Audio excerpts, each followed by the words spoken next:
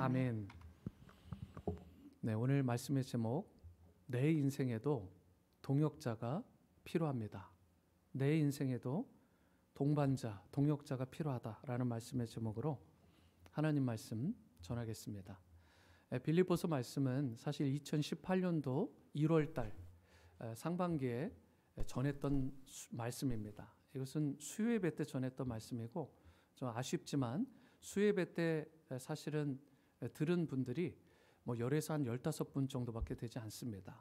지극히 적은 숫자인데 또 오늘 이 본문은 같지만 본문의 이 패시지 자체도 익스텐션에서 했고 내용이 완전히 다릅니다. 전에 말씀을 전했던 걸 다 덮어버리고 새로 아예 본문 연구하고 뽑아낸 그런 말씀입니다. 여러분들이 이 말씀을 통해서 특별히 이 공동체성, 이 교회에 대한 부분들, 하나님 안에서의 하나됨, 이러한 부분에 대해서 좀 집중하시고 이 시대, 특별히 코로나 시대에 저와 여러분들을 향한 하나님의 말씀, 우리 교회를 향한 말씀, 가정을 향한 말씀을 잘 마음에 새기시고 영적으로 승리하는 그런 능력의 성도들이 다 되어지게 되기를 축복합니다. 하나님께서는 여러분과 저를 지으실 때에, 창조하실 때에 사회적인 존재로, 관계 중심적인 존재로 지으셨어요. 이 말은 홀로 우리를 던져두시고 그냥 홀로서기 해라, 그렇게 살아가라 라고 말하지 않으시고요. 우리의 인생을 함께 걸어갈 때, 누군가와 함께 동역할 때 기쁨을 누리는 존재로, 성장할 수 있는 존재로 우리를 만드셨다는 것입니다. 혼자서 무슨 일을 하기보다는 동역자가 있어서 함께 할 때 더 풍성한 열매를 맺을 수 있도록 사실 여러분과 저를 그렇게 지으신 것입니다. 이런 면에서 우리가 인생을 살아가면서 가장 중요한 단어가 있다면 노사연 씨의 그 노래처럼 우리 만남은, 바로 이 만남이라는 단어가 사실 저와 여러분들의 삶 가운데 굉장히 중요한 단어입니다. 삶의 터전에서 누구를 만나느냐, 누구와 함께 하느냐에 따라서 인생의 가치관도 달라지고요, 눈빛도 달라지고요, 행동도 달라지고요, 맺게 되는 열매도 달라질 뿐만 아니라 행복의 정도도 완전히 달라집니다. 누구를 만나느냐, 누구와 함께 하느냐가 그만큼 중요한 것입니다. 어떤 사람은 일종의 제도나 스트럭처, 그 구조가 중요하다고 생각할지 몰라요. 하지만 아무리 제도가 좋고 구조가 그럴싸해도 바른 만남이 없게 되면, 바른 만남이 선행되지 않으면 여러분 좋은 열매를 맺을 수가 없습니다. 예를 들어 볼까요? 결혼이요. 여러분 결혼만 하면 행복할까요? 결혼이라는 시스템, 그 제도, 그 구조 안에서 내가 결혼식만 올리면 행복이 보장되나요? 아니잖아요. 여러분 프랑스 철학자 미셸 몽테뉴, 이분이 이런 이야기를 했어요. 결혼은 새장과 같다. 그래서 새장 밖에 있는 새들은 어떻게든 새장 안으로 들어오려고 애를 쓰고, 그리고 또 반대로 새장 안에 있던 새들은 새장 밖으로 그렇게도 나가려고 발버둥을 친다. 이것이 결혼이다. 여러분 이 말은 결혼이라는 제도 자체가, 결혼식이라는 그 형식 자체가 무조건 우리의 행복을 보장해 주는 것은 아니다라는 말이에요. 중요한 것은 좋은 배우자를 만나야 됩니다. 그리고 반대로 내가 그 사람의 좋은 배우자가 되는 준비를 하셔야 돼요. 여러분 이것이 바로 결혼의 행복을 보장해 주는 것입니다. 시스템이나 구조나 조직이 아닙니다. 여러분 아무리 좋은 조건 속에서 결혼을 하고요, 아무리 화려한 결혼식을 올린다 해도 내가 만나야 될 바른 배우자, 이 사람을, 이 만남을 갖지 못하면 결국 그 결혼은 척박할 수밖에 없고 실패할 수밖에 없는 것입니다. 이런 의미에서 만남이 중요합니다. 좋은 환경도 필요하고 좋은 제도나 구조도 필요하긴 하지만 더 중요한 것은 정말 올바른 만남이라는 사실입니다. 오늘 이 아침에 저와 여러분들이 인생을 살아가면서 어떠한 인생의 동반자를 만나게 될 때 과연 우리 인생이 부유해지고 풍성해지고 또 아름다운 열매를 맺으며 살아갈 수 있게 될지, 이 부분을 말씀 안에서 함께 은혜를 나누도록 하겠습니다. 첫 번째로 우리 인생의 여정에서 꼭 필요한 것은 바로 나의 마음을 나눌 수 있는 동역자입니다. 내 마음을 언제든 솔직하게, 그것도 아주 깊은 것까지 진실되게 나눌 수 있는 동역자가 있어야 여러분과 저의 삶은 결코 외롭지 않고 힘들지 않고 형통한 복을 누리며 살아갈 수 있게 되는 것입니다. 7절 상반절입니다. 내가 너희 무리를 위하여 이와 같이 생각하는 것이 마땅하니 뭐라고 되어 있죠? 이는 너희가 내 마음에 있다. 너희가 내 마음에 항상 있다. 빌립보 성도를 향한 사도 바울의 고백입니다. 너희가 내 마음에 있다라는 이 표현은 정말 대단한 표현이에요. 사도 바울에게 있어서 빌립보 교회 성도들은 그저 그런 사람이 아닙니다.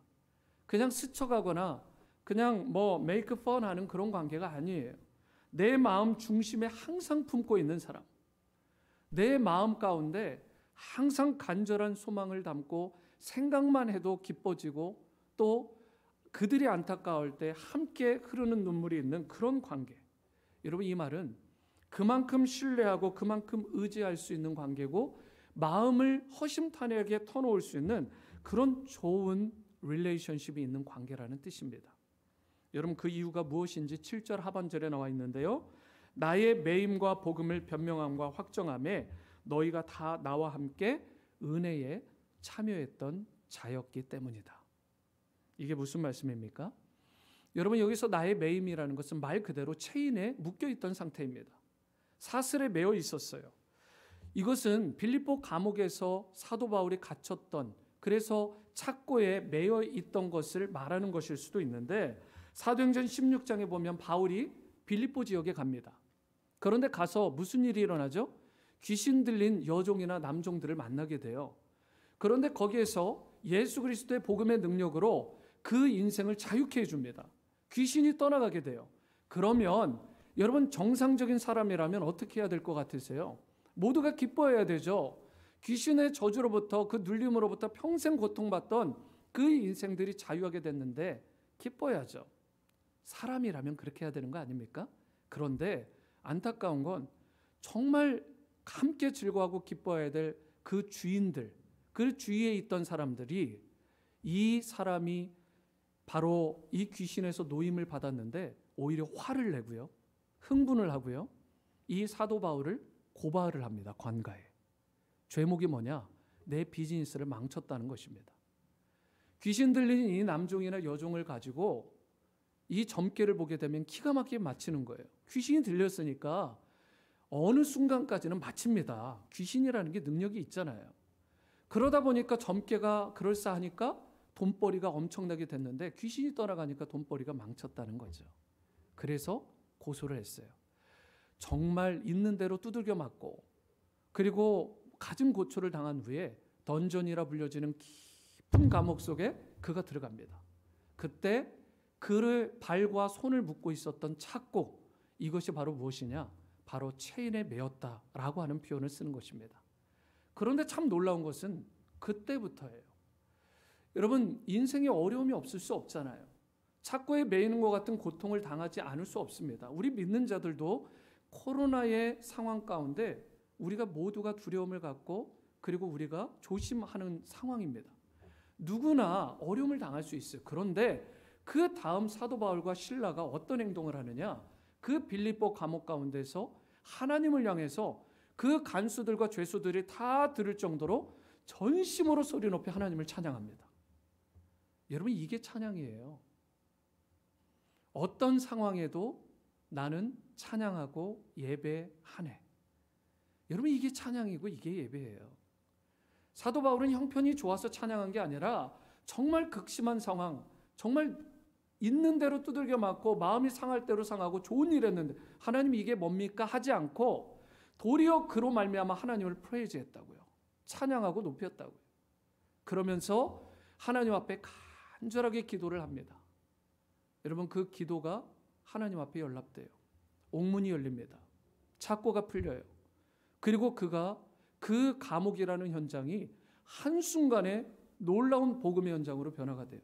간수가 예수님을 믿고 그 가족들이 예수님을 영접할 뿐만 아니라 그 주위에 있었던 죄수들이 이미 복음을 듣고 가는 곳마다 예수 그리스도의 복음을 전하는 자로 회복되게 됩니다. 여러분, 이것이 바로 사도 바울의 매임이었어요. 이 매임에 대해서 사도 바울이 이야기하고 있는 거예요. 내가 매였을 때 나를 위해 기도해 주던 너희들, 나를 위해 중보해 주던 너희들. 그런데 여러분, 또 한 가지 경우가 있습니다. 아시는 것처럼 빌립보서는 지금 로마에 사도 바울이 갇혀 있는 상황이에요. 그런데 이 감옥에 갇혀 있는 상황 가운데서 사슬에 매인 자기의 모습을 이렇게 표현했을 수도 있습니다. 내가 사슬에, 내가 이 모든 것에 매여 있는 이런 상황 가운데 복음을 변명하고, 이것은 바로 변증법을 말하는데, 복음을 내가 디펜드하고 내가 풀어서 그 복음을 전파할 때 너희들이 나와 함께했다. 복음의 동역자로 함께 수고했다. 이 이야기를 하고 있는 것입니다. 여러분, 빌립보 감옥에 있든 로마 감옥에 있든 이게 중요한 게 아니라 중요한 포인트는 바로 이거예요. 사도 바울이 정말 힘들어하고 가장 고통 가운데 또 수치스러울 만한 상황 가운데 있었을 때에 자신과 함께하고 자신을 위해 기도하고 자신의 마음을 누구보다 알아주면서 위로해주고 필요한 모든 것들을 공급해 주었던 그 빌립보 성도들에 대해서 사도 바울이 감사했던 것입니다. 여러분, 어려운 순간 가운데 함께 울어주고 기쁜 순간이 있을 때 함께 기뻐해 주는 것, 여러분, 그게 사람의 도리 아닙니까? 심지어 믿는 자들이, 여러분들, 우리가 좀 마음을 좀 열어야 돼요. 어떤 자녀들이 어떤 대학에, 자기들이 원하는 대학에 갔다. 근데 우리 자녀는 가지 못했어요. 마음이 아프고 힘들어야 되나요? 여러분, 정말 크리스찬이라면 그 자녀가 잘된 것으로 인해서, 그 가정이 잘된 것으로 인해 함께 기뻐해 줘야 됩니다. 여러분, 우리 인생은 함께 울고 함께 웃는 공동체입니다. 그것이 바로 우리 교회를 서로 세워가는 공동체로 불러주신 하나님의 뜻이기도 합니다. 여러분, 지체 가운데 아픔이 있는 자, 슬픔이 있는 자, 여러 고통 가운데 있는 그 기도의 제목들이 있는 자들을 우리가 서로 돌아보라고 주님께서 한 형제로 자매로 불러주셨습니다. 우리는 가족입니다. 가정 같은 교회가 아니라 저와 여러분들이 이미 교회 자체가 가정입니다. 이 믿음의 가정 안에서 우리가 서로를 위해서 함께 울어주고 기뻐해 주는 것이 당연한데, 사도 바울에게는 그에게 있어서 빌립보 성도들이 이와 같았다라고 말을 하고 있는 것입니다. 여러분, 그래서 8절에 보면 바울이 빌립보 교인들에 대해서 어느 정도까지 그의 마음이 향했느냐, 이렇게 표현을 해요. 8절은 다 함께 읽겠습니다. 시작. 내가 예수 그리스도의 심장으로 너희 무리를 얼마나 사모하는지 하나님이 내 증인이시니라. 성경을 읽을 때 여러분, 액센트를 주는 게 참 도움이 됩니다. 가만 보면 제가 읽는데 다 귀하지만 특별히 예수 그리스도의 심장, 그리고 너희 무리를 내가 얼마나 사모하는지, 그리고 이 일에 하나님이 심지어 내 증인이다, 이렇게 이야기를 합니다. 여러분, 바울은 복음 때문에 일평생 또 동고동락하면서 서로의 마음을 나누었던 이 빌립보 성도들을 이렇게 표현하고 있어요. 내 심장이 정말 아릴 정도로, 내 심장이 정말 눌릴 정도로 내가 너희를 향한 사랑이 이렇게 대단하다. 이것이 나의 진실된 너희를 향한 사랑이다. 여러분, 우리 온누리 침례교회가 이 정도의 사랑만 서로 간에 회복되면 우리 교회는 특별히 다른 거 안 해도 됩니다. 대단한 거 안 해도 돼요. 서로를 향한 그 사랑과, 그리고 서로를 향한 축복의 마음이, 서로를 향한 그 애정이, 이와 같이 그 심장이 정말 그 그리스도의 심장을 다해서 너희 무리를 사랑하고 사모할 정도로 서로를 향한다면 우리 교회는 폭발적으로 부흥할 것입니다. 여러분, 이것이 교회의 강력한 원동력과 힘이 되는 것입니다. 다른 것이 발전소가 아니라 여러분, 우리 교회의 부흥의 제너레이터는 바로 이 예수 그리스도의 심장으로 사랑하는 사랑입니다. 저와 여러분들이 코로나 사태 가운데 계속 강조드리지만 자꾸 나를 바라보게 돼요. 누구를 바라보지 않습니다. 그런데 여러분, 서로를 바라봐야 돼요. 이제는 흘려보내야 되고, 이럴 때일수록 더 전하고 또 서로를 세워주고 돌아보도록 지금까지 제자 훈련 많이 하셨잖아요. 지금까지 수도 없이 말씀드린 것입니다. 수도 없이 새벽 제단 쌓고 각자의 처소에서 큐티하시고 하신 거죠. 어느 때를 위해서요? 이와 같은 위기의 상황을 위해서. 여러분, 그런데 정작 위기가 오니까 안으로 움츠러들고 나만 바라보는 그런 상황이 된다면 여러분, 이것은 온전한 복음에 반응하는 성도의 모습이 아닙니다.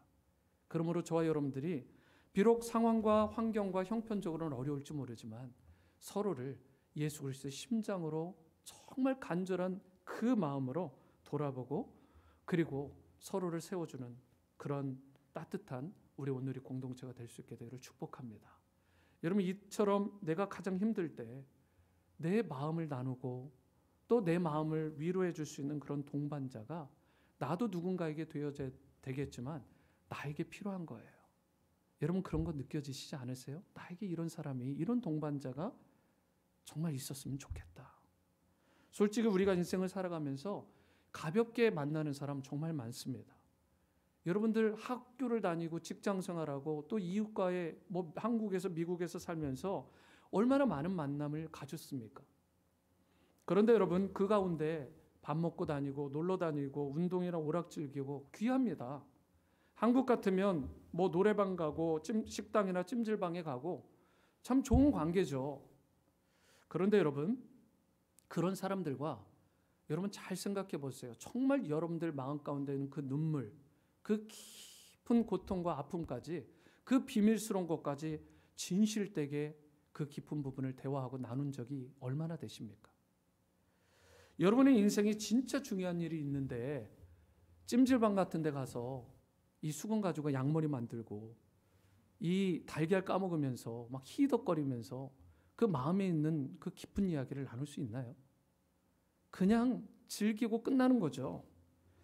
여러분, 우리가 이 사람 저 사람 미국과 한국에서 수도 없이 만나고 또 그렇게 해왔으니까 은근히 나는 마음을 나눌 수 있는 사람이 많겠거니 할지 모르지만 잘 돌아보세요.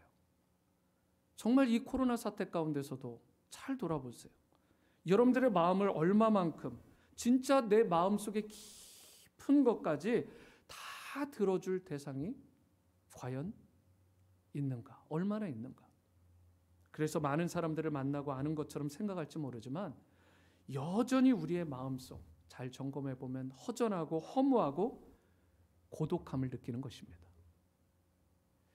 여러분, 이러한 우리 인생 가운데 정말 내 마음을 다 털어놓아도, 다 내어놓아도 괜찮을 친구, 나를 다 이해해주고 또 격려해주고 또 힘을 실어줄 수 있는 그런 인생의 동역자가 있다면 여러분, 내 삶이 지금과는 비교도 할 수 없이 얼마나 부유하고 풍성한 삶이 되겠습니까, 여러분? 그러므로 여러분, 우리가 이러한 사람이 필요해요. 이러한 마음을 다할 수 있는 동반자와 동역자가 반드시 필요합니다. 특히 이 코로나 블루, 코로나 심지어 블랙까지 가는 이 레드를 넘어서는 시대 가운데 우리가 서로가 서로에게 이런 관계가 되어주는 것. 저는 여러분들이 만약 이런 분이 한번 기도하시면서 점검해 봤는데 정말 내 마음에 깊은 것을 내어놓을 사람이 없다라고 하신다면 여러분, 우리 온누리 침례교회 공동체 가운데 이런 만남을 찾을 수 있는 우리 믿음의 공동체 안에서 형제와 자매 가운데 정말 이런 진실된 동역자를 꼭 찾을 수 있는 그런 믿음의 역사가 있게 되기를 축원합니다. 그리고 제가 적극적으로 여러분들에게 좀 더 권면해 드리자면 여러분들이 그런 동역자를 찾을 뿐만 아니라 여러분들 자신이 그런 귀한 마음을 나누고 그리고 함께 울고 함께 웃어줄 수 있는 그런 따뜻한 사랑의 동역자가 되어 줄 수 있게 되기를 축복합니다. 여러분, 우리 주위에는 정말 너무도 아파하고 신음하는 분들이 많습니다. 이분들이 마음을 나누고 터놓을 사람이 없어요. 정말 그렇습니다. 솔직히 여러분, 코로나가 시작될 때만 해도 한두 달 정도, 아니 한 서너 달까지는 사람들 안 만났으니까 좋다 이런 생각 은근히 있으셨죠? 여러분, 이렇게 말하는 사람이 한둘이 아닙니다. 포털 사이트에서도 이런 얘기 했어요. 사람들 만나서 피곤했는데 이제 사람 안 만나니까 좋다. 정말 그러세요? 이렇게 1년이고 10년이고 살아가실 수 있겠어요? 혼자서? 하나님께서 저와 여러분들 그렇게 만들지 않았다고요. 여러분, 우리 인생은 잠깐은 좋아 보일지 모르지만 그렇지 않습니다. 정말 믿음의 따뜻한 깊은 것을 나눌 수 있는 그 신앙의 동역자가 있을 때 저와 여러분들의 삶이 정말 부유해지고 풍성해지고 가치 있어지는 것입니다. 그러기 위해서 공짜로 되는 게 없습니다. 여러분들의 시간을 드리고 마음을 드리고 삶을 나누시고 여러분들도 그를 위해서 희생하고 헌신할 수 있는 관계가 되어질 때 서로에게 따뜻한 마음을 나눌 수 있는 진정한 동반자가 되게 될 줄 믿습니다. 두 번째는 우리 인생 여정에서 꼭 필요한 동역자는 나를 위해 기도해 줄 수 있는, 특별히 중보 기도해 줄 수 있는 그런 사람입니다. 그런 동역자예요. 9절 말씀을 보세요. 내가 기도하노라 너희 사랑을 지식과 모든 총명으로 점점 더 풍성하게 하사. 바울은 지금 빌립보 성도들을 위해서 기도를 많이 했죠. 그리고 평상시뿐만 아니라 지금 현재고 앞으로도 기도하겠다라고 서원합니다. 특별히 9절에서 10절을 보게 되면 그가 했던 기도의 내용들이 나와 있어요.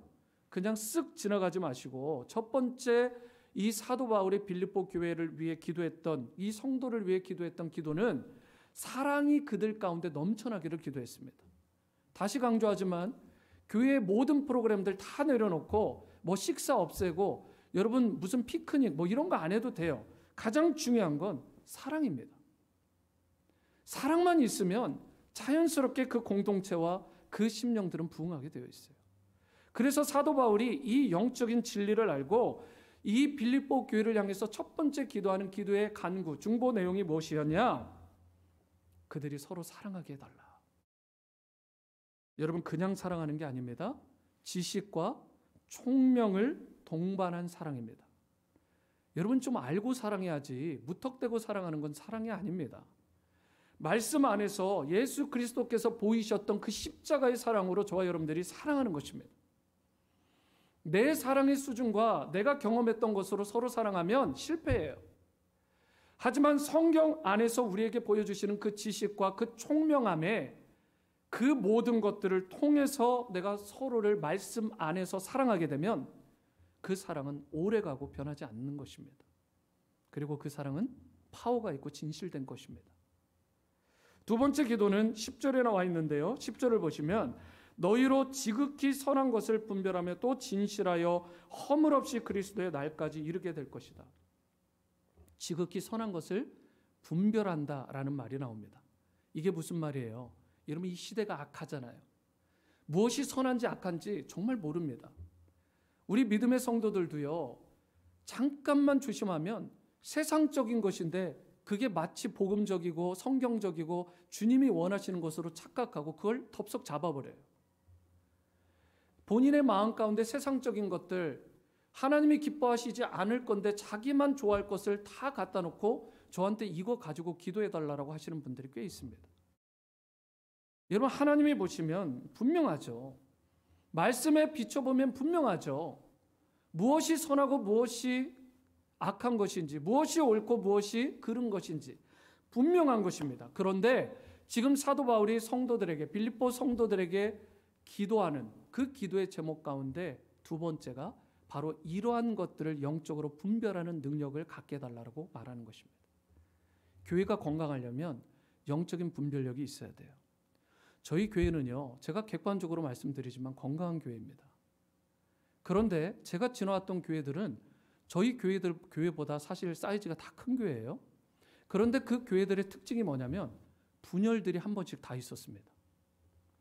그 분열의 문제 중에 하나는 자기가 잘났다라고 나오는 그런 사람이 있는데 그 사람을 우르르 따라가는 거예요. 그런데 세상적으로는 잘났을지 모르지만 성경적으로 보면 정말 악한 사람이에요. 그런데 그 사람에게 100명이 따라가고 200명이 따라가고요. 한 홈이 따라가고요. 엉망진창이 되더라고요.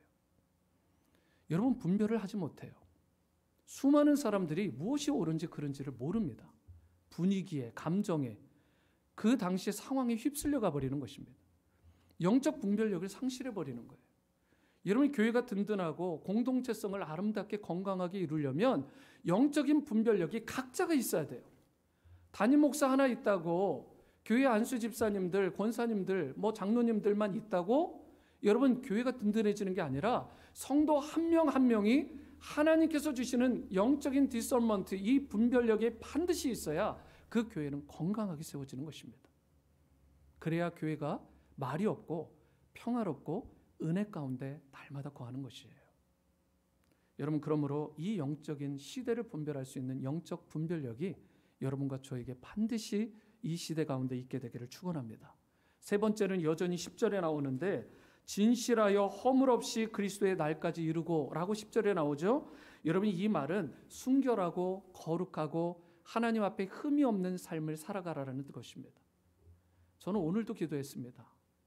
예수 그리스도의 십자가, 이것을 보기도 했지만 제 마음에 십자가를 두고 주님의 보혈을 생각하며 이걸로 좀 덮어달라고, 깨끗하게 해달라고, 제 마음을 기경해 달라고, 정말 하나님 보시기에 그렇게 흠이 없고 성결한 영으로 되게 해달라고 기도했습니다.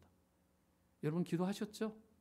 예배 전에 주님의 보혈로 씻는 기도를 하지 않으면 그 예배와 기도는 여러분 공중으로 흩어져 버리고요, 악한 것들에 빼앗길 수 있습니다. 우리의 마음이 성결하지 않고 거룩하지 않은데 어떻게 올려드리는 기도와 어떻게 올려드리는 그 예배가 하나님이 기뻐 받으시겠습니까? 우리의 삶도 마찬가지입니다. 그러므로 날마다 주님의 보혈로 덮으십시오. 그리고 주님의 성령으로 덮어지세요. 그래야 우리가 날마다 매 순간 순결하고 거룩한 삶을 살아갈 수 있는 것입니다. 한번 예수님 믿었다고 끝나는 인생이 아니라 일평생 호흡이 닿는 그 순간까지 이 삶을 살아가야 되는 것입니다. 오늘 다시 한번 강조합니다. 이 예배 현장 가운데 또 여러분 온라인으로 지금 예배 드리는 분들 자세를 잘 하시고, 이 자세는 마음의 자세입니다.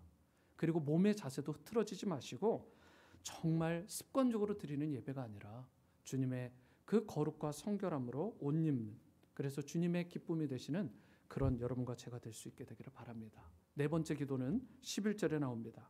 예수 그리스도로 말미암아 의의 열매가 가득하여 하나님의 영광과 찬송이 되게 하기를 원한다. 되기를 원한다.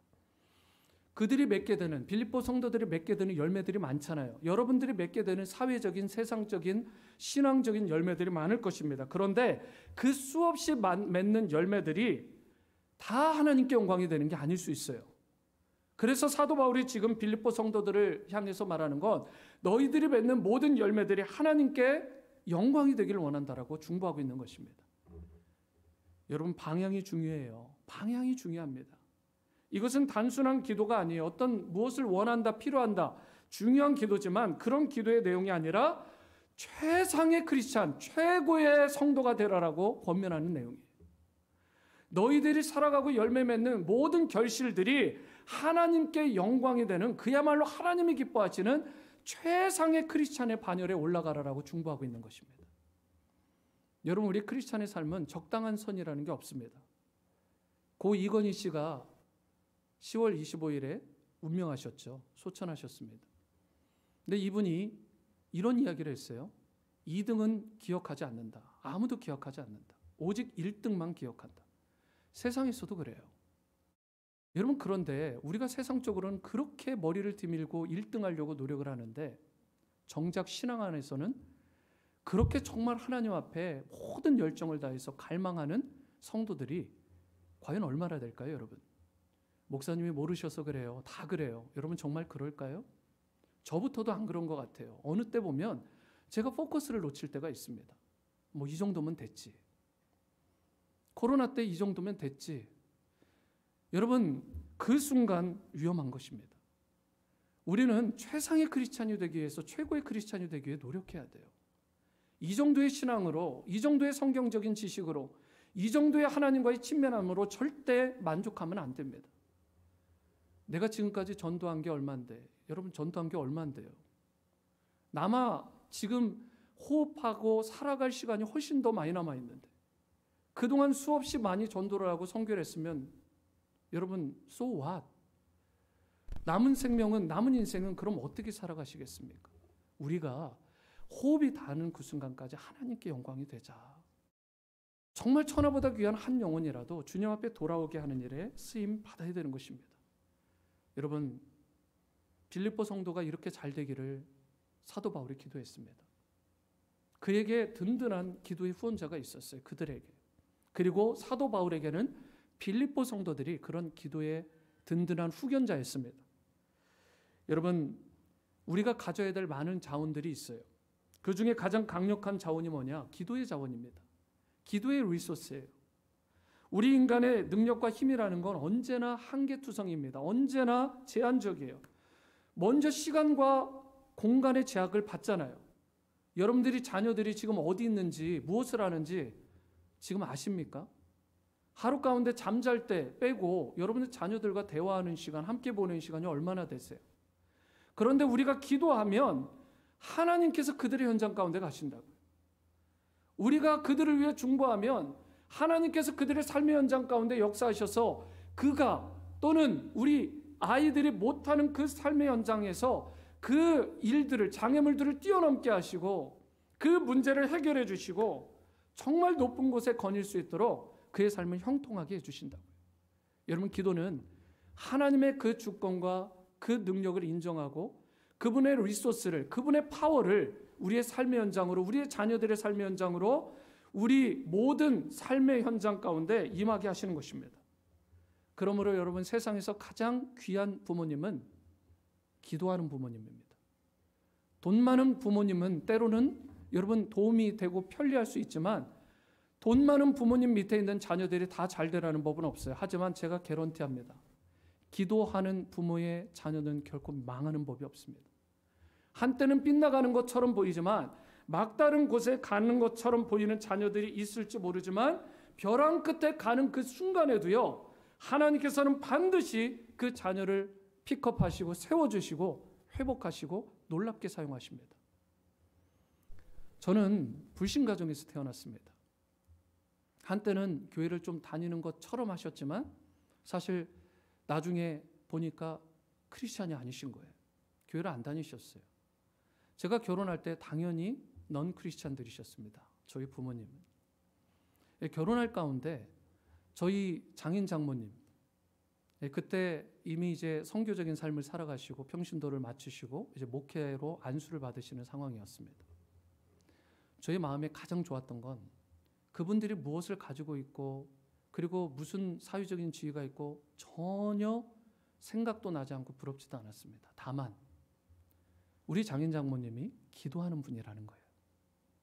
정말 기도를 많이 하십니다. 그리고 지금도 저에게 가장 강력한 힘은 바로 새벽마다 한 4시면 일어나셔서 2시간씩 부르짖는 장인 장모님의 기도예요.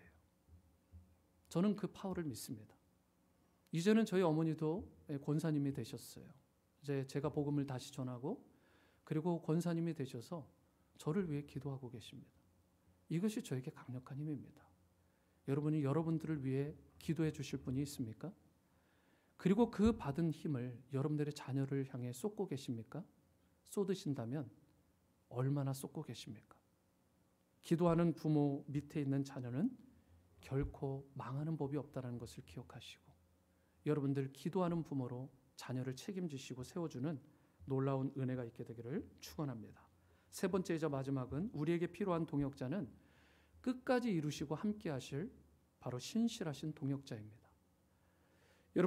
여러분과 저를 향해서 끝까지 함께 해주신다. 영원히 신실하게 상록수와 같이 변함없이 나와 함께 하시고 나에게 말씀하신 그 일을 반드시 이루어 주신다라는 분이 여러분들에게 있으십니까? 그 동역자. 6절을 보세요. 너희 안에서 착한 일을 시작하시는 이가 그리스도 예수의 날까지 이루실 줄을 내가 믿는다. 내가 확신한다. 이렇게 사도 바울이 고백합니다. 여러분, 예수 그리스도를 여기에서 믿는, 그래서 구원받게 된 사건이 바로 착한 일이에요. 착한 일. 여러분, 이 착한 일은 구원 사건을 말합니다. 그런데 이 착한 일을 시작하시는 이가 누구라고 말씀하고 있습니까? 바로 하나님이십니다. 하나님이 시작하세요. 하나님께서 예수 그리스도의 날, 곧 마지막 때까지 여러분과 저를 구속하시고 또 우리의 구원을 끝까지 결국은 완성해 주신다라고 말씀하십니다. 저도 넘어질 때가 있습니다. 실수할 때가 있어요. 참 힘겨울 때가 있습니다. 내가 이거밖에 되지 않나 라고 할 때가 있어요. 그런데 저의 마음 가운데 흔들리지 않는 게 있습니다. 저를 향한 예수 그리스도의 사랑은 결코 변함이 없다. 그리고 나는 실패하지 않는다. 나는 구원받은 하나님의 백성이고 나는 천국 간다. 죽어봐야 천국이다. 여러분, 우리가 받는 구원은 결코 취소될 수 없어요. 구원이 만약 여러분과 저와 같은 한계투성인 인간, 내가 시작한 것이라면 그 구원은 취소될 수도 있고 변질될 수도 있을지 몰라요. 우리가 한계투성인데 우리가 약속하고 우리가 시작하면 당연히 끝날 수 있죠. 하지만 구원은 처음부터 누가 시작하셨다고요? 하나님이 시작하셨다고요. 그런데 언제까지요? 예수 그리스도의 날. 그날이 언제입니까? 예수님 재림하시는 그때까지. 이 땅이 다 심판 또는 바로 이 땅이 다 구원받는 그 예수 그리스도의 재림의 때까지 바로 하나님의 이 구원 계획은, 저와 여러분들을 향한 계획은 결코 변질되거나 중간에 중도에 끝나는 법이 없다. 영원히 completed, 완성된다.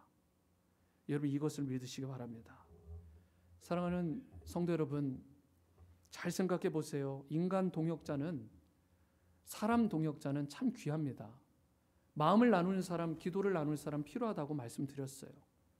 꼭 가질 수 있게 되기를 바랍니다. 꼭 있으셔야 돼요. 여러분, 그런데 이 인간 동역자, 사람 동역자도 귀하긴 하지만 이런 동역자들은 처음에는 마음을 잘 나누는 것 같다가도 나중에는 시들어버릴 수도 있고요. 나중에는 심지어 관계가 깨어지고 변질될 수도 있습니다. 이게 인간 동역자의 한계예요, 사실. 이사야 54장의 말씀처럼 산들이 떠나며 언덕들은 옮겨질 수 있어요. 산들도 변하고 언덕들도 변하고 떠나가고요. 사람들도 떠나갈 수 있습니다. 다 변해요. 이 세상의 것은 다 변한다. 이게 진리입니다. 하지만 더 큰 진리가 뭐냐? 우리 하나님은 결코 변하는 법이 없으시다라는 것입니다. 그분은 영원하십니다. 여러분, 인간 동역자의 기도는 또 어떨까요? 반드시 우리 사람 동역자의 기도라는 거, 중보라는 거 반드시 필요합니다. 꼭 필요해요. 하지만 이것도 귀한 것이긴 하지만 인간은 24시간 항상 깨어 기도하지 못합니다. 여러분, 겟세마네 동산에서 그 수제자들도 실패했잖아요.